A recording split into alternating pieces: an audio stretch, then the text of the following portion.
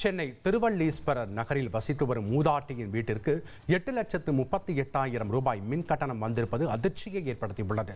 அதேபோல் பாடி திருவள்ளீஸ்வரர் நகரில் வெற்றி விநாயகர் ஆலயத்திற்கு 1,00,000 ரூபாயும், ஜெகதாம்பிகை தெருவில் உள்ள சீனிவாசன் என்பவருக்கு 1,38,000 ரூபாயும் இந்த மாதம் மின் கட்டணமாக வந்துள்ளது.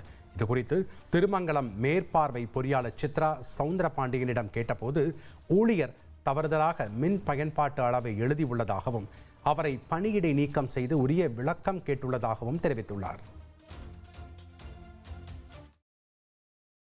எங்களுக்கு கரண்ட் பில் வந்து 8,38,747 ரூபா வந்திருக்கு. அது எங்களுக்கு ரொம்ப ஷாக்கிங்காக இருக்குது. ஏன் இது மாதிரி இவ்வளோ வந்திருக்கு? இது செகண்ட் டைம் இருக்கு.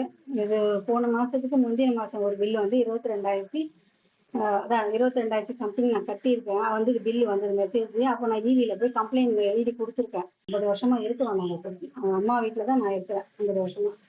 அப்படி இருக்கும்போது வந்து இது மாதிரி வந்ததே இல்லை. எனக்கு ஈவி வந்ததுலேருந்து நீங்கள் எனக்கு எதனா சரி பண்ணி கொடுங்கன்னு சொல்லி கேட்டதுக்கு, ஆனால் அவங்க சொல்கிறாங்க இல்லை இதுதான் வந்து கட்டணம்.